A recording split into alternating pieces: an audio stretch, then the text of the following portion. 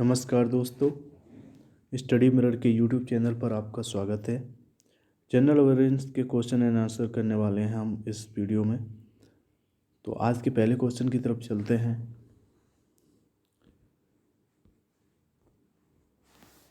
पहला क्वेश्चन पूछा गया है, अंतर्राष्ट्रीय मजदूर दिवस हर वर्ष किस दिन मनाया जाता है? तो 1 मई को अंतर्राष्ट्रीय मजदूर दिवस मनाया जाता है। साथ ही अंतर्राष्ट्रीय मजदूर संगठन जो कि यूएन की एक संस्था है, इंटरनेशनल लेबर ऑर्गेनाइजेशन, जो कि यूएन की एक संस्था है, इसका हेडक्वार्टर है जेनेवा स्विट्ज़रलैंड में। और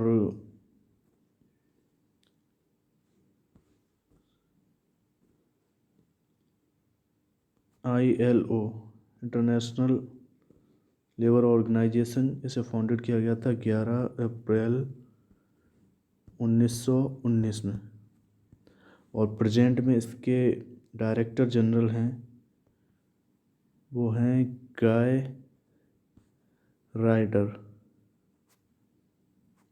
राइडर इसके प्रेजेंट डायरेक्टर जनरल हैं। और इंटरनेशनल लेबर ऑर्गेनाइजेशन को 11 अप्रैल 1919 को इस्टेब्लिश किया गया था और इसका हेडक्वार्टर है जेनेवा स्विट्ज़रलैंड में। क्वेश्चन में पूछा गया था अंतर्राष्ट्रीय मजदूर दिवस हर वर्ष किस दिन मनाया जाता है? तो 1 मई को मनाया जाता है। और ILO यूनाइटेड नेशन की एक संस्था है। ILO का पेरेंट ऑर्गेनाइजेशन है यूनाइटेड नेशन।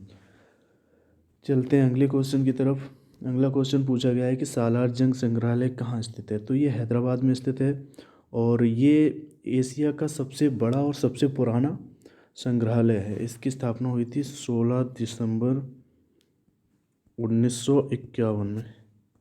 सालार जंग संग्रहालय की स्थापना हुई थी 16 दिसंबर 1951 में और ये हैदराबाद में स्थित है। अगला क्वेश्चन पूछा गया है कि विक्रम भाई साराभाई अंतरिक्ष केंद्र स्थित है। तो विक्रम साराभाई स्पेस सेंटर ये त्रिवेंद्रम में स्थित है। और इसका फॉर्मेशन हुआ था 21 नवंबर 1963 में। और इसकी जो पेरेंट एजेंसी है वो है इसरो के बारे में भी आपको पता होना चाहिए। विक्रम साराभाई स्पेस सेंटर की जो पेरेंट एजेंसी है वो है इसरो। अब बात करते हैं इसरो की। इसरो, इसका सबसे पहले तो आपको फुल फॉर्म पता होना चाहिए, Indian space research organisation. Indian space research organisation ISRO का फुल फॉर्म। और इसे फॉर्म किया गया था 15 अगस्त 1969। हम इसरो की बात कर रहे हैं। इसरो को फॉर्म किया गया था 15 अगस्त 1969 को और इसका हेडक्वार्टर है बेंगलोर, कर्नाटक में। बेंगलोर कर्नाटका में इसरो का हेडक्वार्टर है। और क्वेश्चन में पूछा गया था कि विक्रम साराभाई स्पेस सेंटर कहाँ स्थित है? तो ये त्रिवेंद्रम में लोकेटेड है। चलते हैं अगले क्वेश्चन की तरफ। पूछा गया कि शून्यकाल कितने बजे शुरू होता है? तो शून्यकाल शुरू होता है 12 बजे। 12 बजे से 1 बजे तक का जो कार्यकाल होता है वो शून्यकाल कहलाता है। और संसद के दोनों सदनों में ये प्रश्नकाल के बाद शुरू होता है, या कहें कि संसद के दोनों सदनों में प्रश्नकाल के बाद का समय शून्यकाल होता है। और दोपहर, क्योंकि ये दोपहर के 12 बजे शुरू होता है इसलिए इसे शून्यकाल कहा जाता है। तो आपको याद रखना है, शून्यकाल 12 बजे से 1 बजे के बीच का समय होता है, जो कि प्रश्नकाल के बाद आरंभ होता है। चलते हैं अगले क्वेश्चन की तरफ। पूछा गया स्वामी विवेकानंद का मूल नाम क्या था। तो स्वामी विवेकानंद जी का मूल नाम था नरेंद्र नाथ दत्त, और ये स्वामी विवेकानंद जी आध्यात्मिक गुरु थे। ये आध्यात्मिक गुरु थे और इनका जन्म 12 जनवरी 1863 को कोलकाता में हुआ था, और इनकी मृत्यु हुई थी 4 जुलाई 1902 को बेलूर मठ हावड़ा। बेलूर मठ हावड़ा आपको याद रखना है, इनकी मृत्यु हुई थी। और जन्म 12 जनवरी 1863, और इनके जन्म को राष्ट्रीय युवा दिवस के रूप में मनाया जाता है। 12 जनवरी को इनका जो जन्म दिवस है उस दिन राष्ट्रीय युवा दिवस के रूप में मनाया जाता है। और साथ ही स्वामी विवेकानंद जी से जुड़ा एक बहुत बड़ा किस्सा है जो आपको याद रखना है कि 1800, वैसे तो इनसे जुड़े बहुत से किस्से हैं, लेकिन ये किस्सा जो कि आपको एग्ज़ाम में देखने को मिल सकता है कि विश्व धर्म महासभा में भारत का प्रतिनिधित्व किसने किया था। तो आपको याद रखना है कि 1883 में शिकागो में, अमेरिका के शिकागो में विश्व धर्म महासभा आयोजित हुई, जिसमें भारत की ओर से हमारे सनातन धर्म का प्रतिनिधित्व स्वामी विवेकानंद जी ने किया था। और साथ ही ये भी पूछा जा सकता है कि स्वामी विवेकानंद जी के गुरु कौन थे। तो आपको याद रखना है रामकृष्ण परमहंस। रामकृष्ण परमहंस स्वामी विवेकानंद जी के गुरु थे। चलते हैं अगले क्वेश्चन की तरफ। अगला क्वेश्चन पूछा गया राष्ट्रीय युवा दिवस। देखिए, अभी स्वामी विवेकानंद जी की बात कर रहे थे, वो बताया था कि 12 जनवरी को उनके जन्म दिवस पर राष्ट्रीय युवा दिवस मनाया जाता है, और यही क्वेश्चन पूछा गया इसमें कि राष्ट्रीय युवा दिवस हर वर्ष कब मनाया जाता है। तो 12 जनवरी को मनाया जाता है, और स्वामी विवेकानंद जी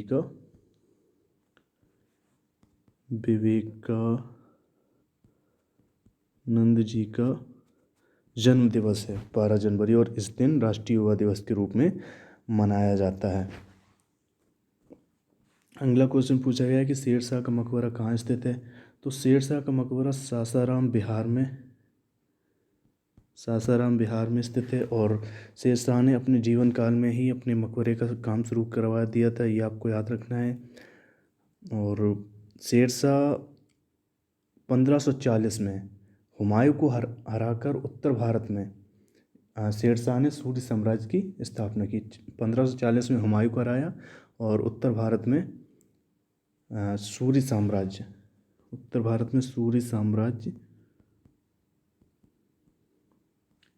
की स्थापना की। और शेरशाह सूरी बाबर का सेनापति था। आपको याद रखना, शेरशाह सूरी बाबर के सेनापति थे।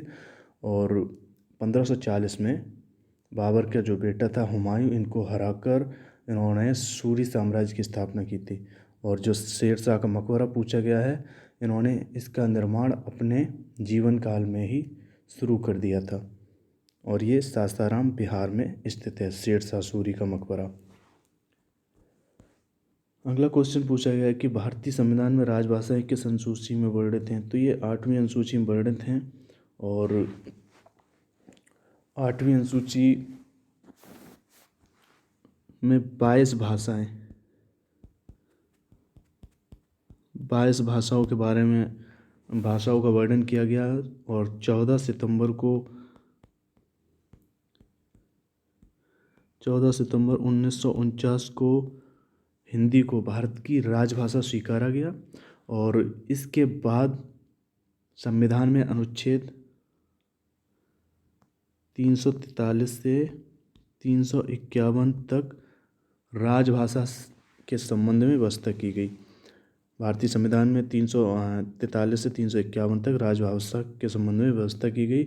और जो हिंदी भाषा जो स्वीकारी गई थी 14 सितंबर 1949 को, उसकी जो लिपि थी वो देवनागरी थी। जो हिंदी भाषा जो ऑफिशियल आधिकारिक भाषा है, उसकी लिपि थी देवनागरी।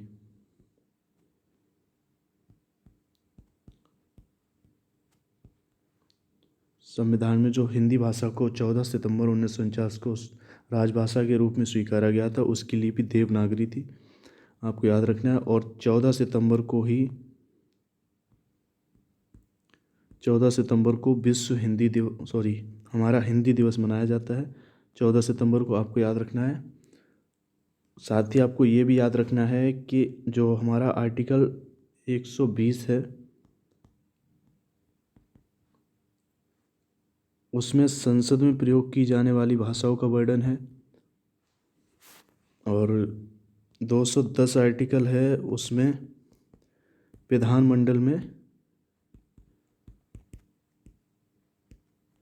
विधानमंडल में प्रयोग की जाने वाली भाषाओं का वर्णन है। तो आपको याद रखना है, भारतीय संविधान में राजभाषाएं 8वीं अनुसूची में वर्णित हैं और अनुच्छेद 343 से 351 तक 351 तक राजभाषा के संबंध में वर्णन किया गया है, या इसकी व्यवस्था इन अनुच्छेद में की गई 343 से 351 तक। और 14 सितंबर 1949 को हिंदी को भारत की राजभाषा स्वीकारा गया था और हिंदी भाषा की लिपि थी देवनागरी।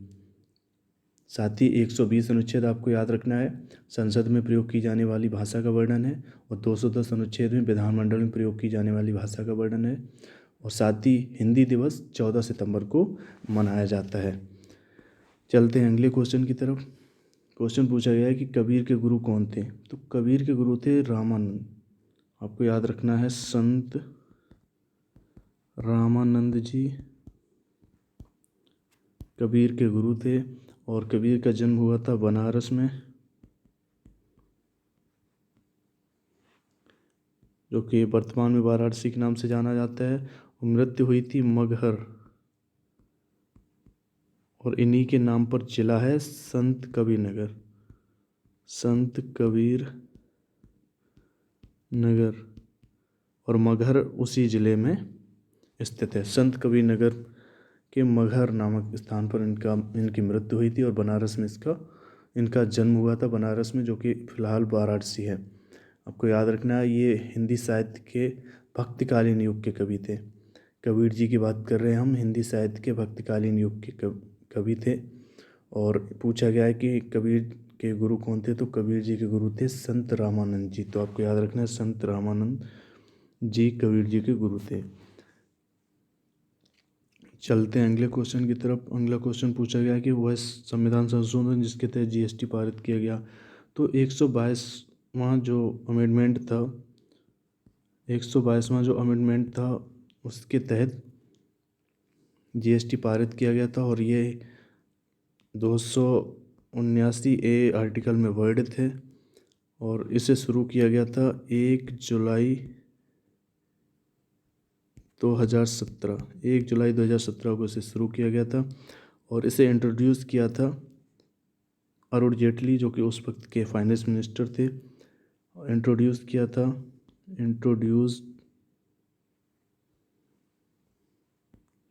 इंट्रोड्यूस्ड बाय अरुण जेटली, जो कि उस वक्त के फाइनेंस मिनिस्टर थे, वित्त मंत्री थे उस वक्त के। और साथ ही आपको जीएसटी का फुल फॉर्म भी पता होना चाहिए, पूछा जा सकता है। तो जीएसटी का फुल फॉर्म है goods and services tax GST का फुल फॉर्म है। जो पूछा गया कि किस संविधान संशोधन के तहत जीएसटी पारित किया गया था। तो 122वां संविधान संशोधन था, 122वां अमेंडमेंट एक्ट था। तो आपको याद रखना है।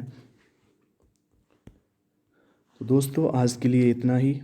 ये 10 बहुत ही महत्वपूर्ण क्वेश्चन हमने बहुत ही विस्तार से आपको कवर किए। मिलते हैं अगले वीडियो में, तब तक के लिए नमस्कार। Thank you very much. Video like करिए हमारा, अगर वीडियो पसंद आए तो हमारे चैनल को भी सब्सक्राइब कीजिए, ताकि इसी तरह के वीडियो आपको मिलते रहें। मिलते हैं अगले वीडियो में। Thank you so much.